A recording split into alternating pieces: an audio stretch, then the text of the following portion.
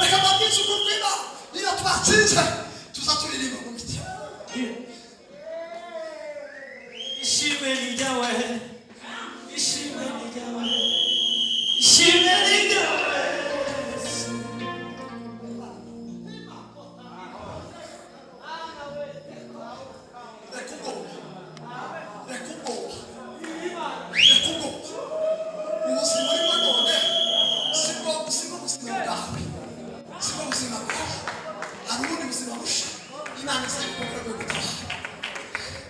Umwami wa Ashuri aravuga ati mwiringiye iki kibatera gutegereza kuzagoterwa i Yerusalemu? Mwiringiye iki? Subira makuka. Mwiringiye iki kibatera gutegereza kuzagoterwa i Yerusalemu? Rekera ko nakumbwiriza. Amen. Nabonye nimba ari we nimba atari we sinamenye. Nabonye mukakiriki ku ifoto. Sinzi ko tugize gutya niba ari we nabonye ari he. Ngwino waroye neza. Wenda tumusuzume kwanza hano bisira. Tubanza tumuverifie turebe neza. Uko kirikasha kushaka. Ngwino hadi gute. Vérifier. Vérification. Ngwino. Ni wewe. Komeze ku ifoto ni komeze na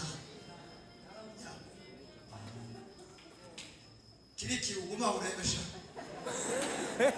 Sophie Ngwino ga akaduruvayo karabana dusengere no mukwibuke muzotanga amafaranga ngo dushikire kiriki n'ukuri tuzotaye no uko bazaba begereye kiriki nawe no mwana mwiza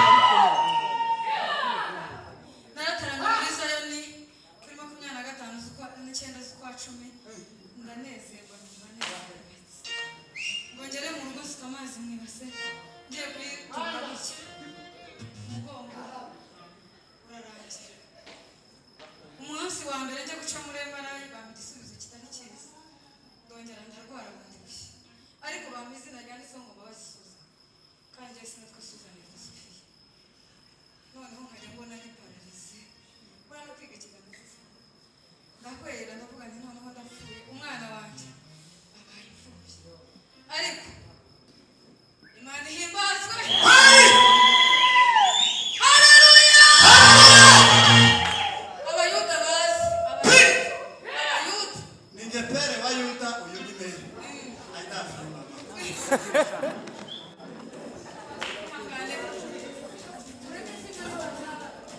abayuda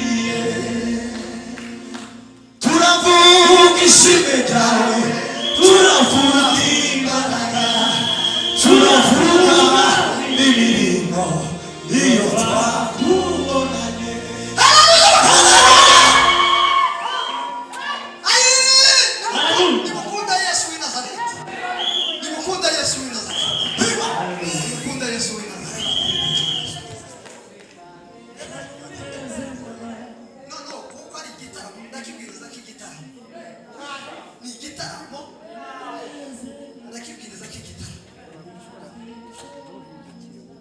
buriya abantu biringiye ubunye abantu biringiye ababo bakomeye abandi biringiye amafaranga yabo abandi ariyiringiye ubwabo akumva akomeye atorwara ntacyo abandi biringiye intwaro za kirimbuzi bubatseho abandi biringiye ibiheko abandi biringiye ibintu bitandukanye ariko twebwe tuzerengera izina ry'Imana Dawudi yaravuze ngo duburira amaso yaje ku misozi gusa gutabarwa kwacu kwabaye aravuga ngo gutabarwa kwacu kuva ku Uwiteka wari mu ijuru ryose nimureke kwiringira abantu mureke kwiringira ibigirwamana mureke kwiringira ubwenge bwawe ayo abantu bazabiringira amakope ya nta kope ugira Yesu atayirimo yopfa ariko Yesu yabirimo biza bigenda neza mureke twiringira izina rya Yesu uyu mugabo ni umugabo wabayeho umwami kandi yari umwami ukomeye agenda afata amami yasigara Yerusalemu mu gace yaratuyemo ngo arangize umunsi umwe ngo yandikira Hezekiya ngo aramubwira ngo urwandiko nkwandikiye ni urwo kukubwira ngo wiripotinge ngo kuko imbaraga mfite si zo kurwana nawe ngo kuko uri agahanda gato kandi ngo kadafite Imana narimbuye amami ngo afite intwaro n'imana zabo nazo narazizanye none ku ncamake wirure ize ufate umujyi mutarwanya Petere tiyamutumyeho umusirikare yamutumyeho urwandiko sisi ni barua ya kusoma na watu wote nimeelekea hicho Baba Mungu anayetusaidia katika Kristo nimeelekea hicho mwamandikira letre aramubwira ngo nzagutera kunyaki ariko tarakora ibyo byose inyemerera wiripotinge ntakozo kugira abagore beza baba baje abakobwa beza baba baje inka nziza zibizanje n'ubwami bw'ubwanje nimara we ugutegeke ariko umuntu umugabo wiringira ariko abantu bari mu kwiringira abandi ariko wazabona umuntu wiringira wagiye muri Amerika akakubwira ngo zokohereza faragano ngo reka nzareba mu cyumweru kiza ukamuhamagara mu cyumweru telefone cyumweru ushaka kabiri akakubona cyumweru ushaka gatatu akakubwira ngo nukuru kw'Imana mu ijuru ngo ejo bundi imodoka yarapfuye ngo gikoresha $30,000 z'idolari wamusaba $20 n'umuntu ucapanga imyaka 2 tuza twiringira bene wacu baraha i Kigali ugatora inzira mu gitondo ukagenda afite imodoka afite ibipango bimwe bashika iriya bakacumvira muri sa waje kwashika wakomana akakubwira mu nzira tibwira umugenzi ngo nagize ibibazo ngo biteye ubwoba ngo ejo bundi nashoye ibintu muri Dubai ngo n'ubu ngubu ngubwato ntiburashika tumubajije amafaranga yashoye akabakubwira ngo yashoye $70,000,000 wa musaba $20,000 by'amadolari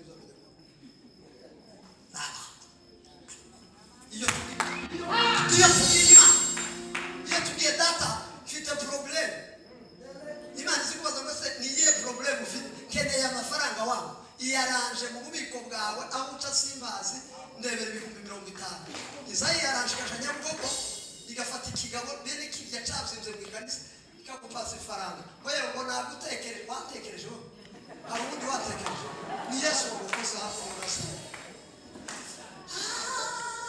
ndagushima Mana wangiriye ndagushima Mana wangiriye nano warangije Senekarabu Hezekiya wabonye urwandiko ngo tiyahamagara abaminisitiri ngo tiyahamagara abakuru b'ingabo ngo tiyahamagara abadepite ngo tiyahamagara senateri ngo arihamagara ubwiwe ngo aja mu nzu y'Imana ngo ageze ku gatuti asomera Imana urwandiko arayibwira ngo leo tarehe 12 ya mwezi ya 5 mwaka huu niko twakaza tusoma mwibutse izandiko ye abari muno benshi mwebwe mwavutse igihe cy'abasaza twebwe ndakazaterekera ku rwandiko akasubiza urwandiko nirwo rwa mbere baza bandika ngo salamu sana natoa tena salamu sana mbele ya yote natoa salamu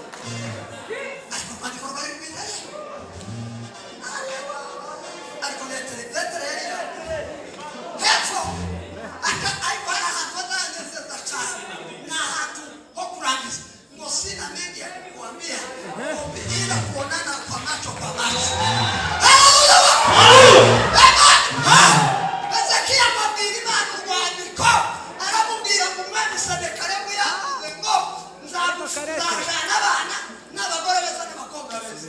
None wewe uragenda nawe ko ari wowe twiringiye. Imana ibwireze kamwe rwiziki inzatekwa kuva mbayo. None kutahubwirisha ukoze ngo ihamagara Isaya. Iramubwira ngo Isaya amagambo Hezekiya avuze ateye ubwoba. Yasomeye urwandiko. Isaya ati none kora iki? Subirayo. Genda umubwire ngaya amagambo yanejeje mu gusoma ino baruwa. Kitwavuga ngo amen. Genda umubwire ngo abakobwa b'i Yerusalemu bamugaye. Agiye gusubiza umwana wa Shuru. Senekare ku rwandiko. Isaya abwira Hezekiya genda umwandikire ngo natoba salamu sana. Ariko ijambo rya mbere umubwire ngo abakobwa b'i Yerusalemu bakugaye. Kandi ngo bakuneguye. Ngo kandi bakuzungurije gasake.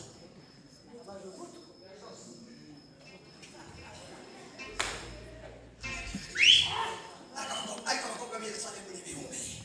Letera arayandika bayikubita mu mushari urawuzi umwambi Sadekari batwarebe mwende mutori ngo ashika asanga bamwandikiye ngo abakobwa b'inkumi b'i Yerusalemu bakugaye ngo bakuzunguruje umutwe ngo bakuneguye. Gusa amaze barababa yamavuga ngo ndamufata munyaga umugore n'abana ngo arangize Imana ikora igitangaza kiruta ibindi bitangaza. Imana ibwira Hezekiya ngo umaze gusenga abantu bose bazarara ubuzamu baryama, abapolisi baryama, igisirikare kiryama, ndakora umutekano nijoro. Amaze ngo baraza bazunguka Yerusalemu ibihumbi byinshi cyane by'abasirikare.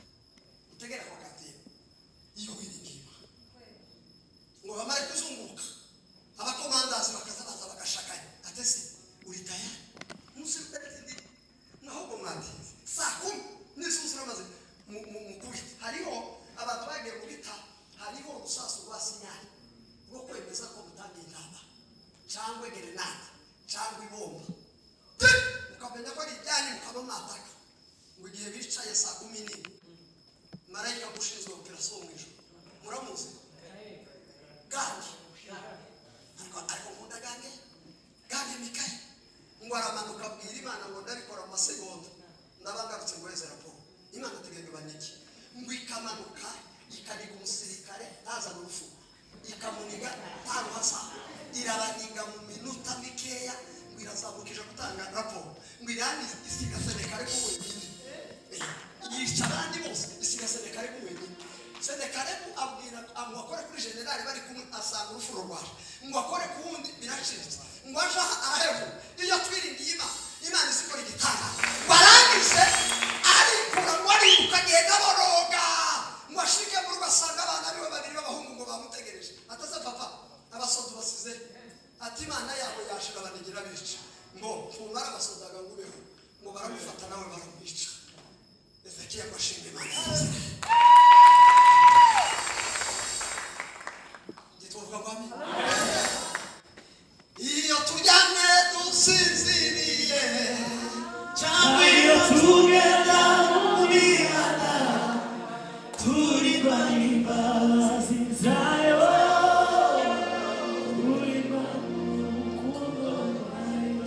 iyo turyamye nijoro abantu bose badutera. Iyo turyamye nijoro ibitekerezo bibi biza bidutera. Iyo turyamye nijoro tugira izosi mbi ariko twiringiye ngo tuza turyama twiziguye izina ryayo. Tituvuga ngo amen. Twiringira Imana.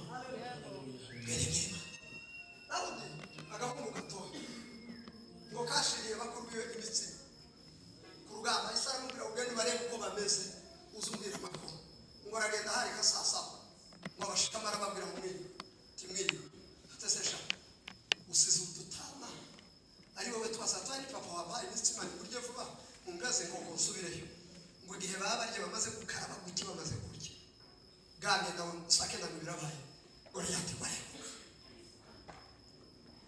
ngo yari umugabo muremure icumu ryiwe ryapimaga ibiro 30 ndarusha ibyo 10 biro bike kumbwira ko ibyo koko biro byanje no bivuga mu ngiro ubwoba. Icumu ryapimaga ibiro 30 icumu tekereza umuntu urengeza icumu ripima ibyo biro ngo arekuka aravuga ngo wa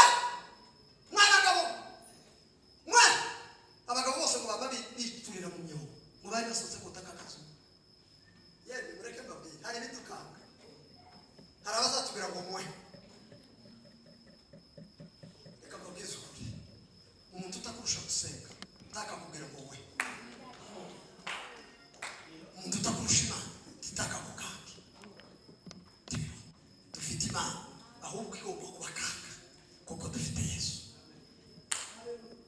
Ngo aravuga abandi bose bari mu myobo, Dawudi ngo gasigara gahagaze kuwazererwa karamutegereye bakumva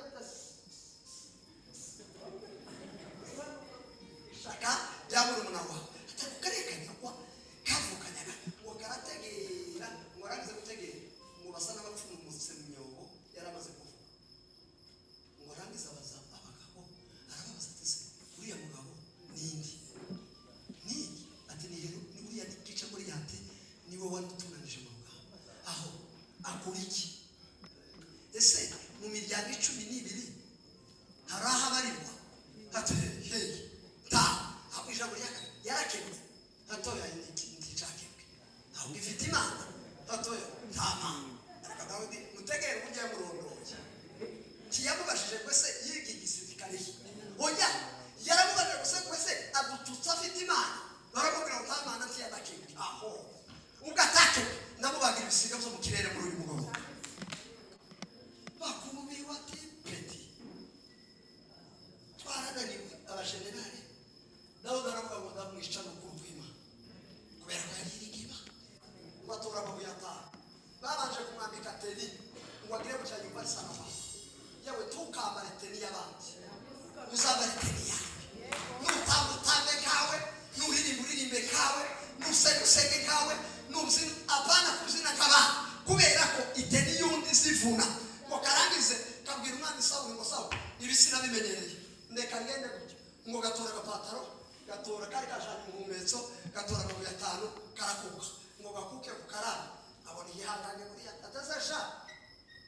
ateze nakabwa yo Dawudi aravuga ngo ndakwishe utangiye kwituka kuranyita imbwasha mfite Yesu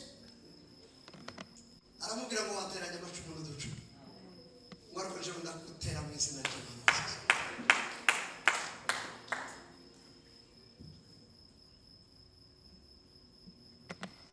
Abakristo ntibaza bahumuka abakristo twitwa bariyo migisha nona Imana yakugabiye uyibare usige nuwe yo gutangaza tegera ko yabaze umunsi migisha yabaze Dawudi ngo yabaze umunsi gwitare zakazi ziza gufata umwana ngo arahubuka arayitanyagura ngo abara umunsi duburyibeshe ngo riraza gufata umwana bita arabishanyagura ngo abara ingendo zose yakoze ashima umugoroba ngo yatekereje kuririmba ahimba indirimbo z'amazamuka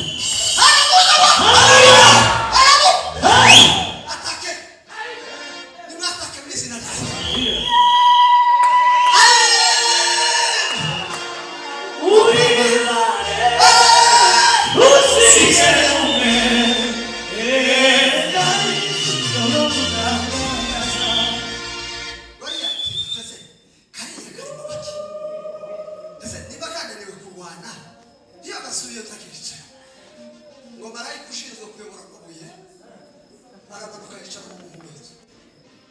amabuye yo kwisha abapagani abatwatugoye nibuye rimwe gusa muza muri kandi nibuye ry'isengesho rimwe kamukocora amaze kumva gahore marayika ngo bari gushika mu mwezo ubabwira Dawudi ngo rero kwereke marayika yamashe nyuma yake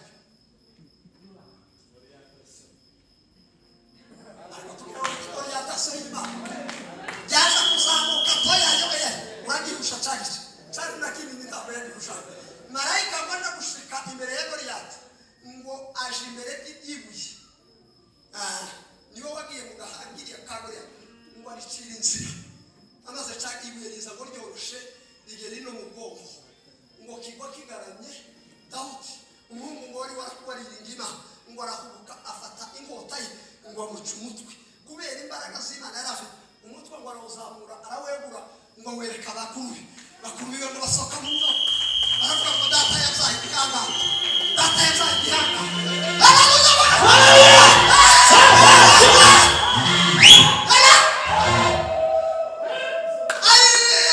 mapambano inazidi wanasifiwa asifiwe. Reka mbabwize ukuri kw'Imana. Iyo byaciyemo neza baza bavuga ngo muriya ni mukuru waje neza neza. Iyo byakunze mwari mwabona relation abantu bazavuga ngo uriya ni umwana wabo kwa mama wacu wa nyina wabo.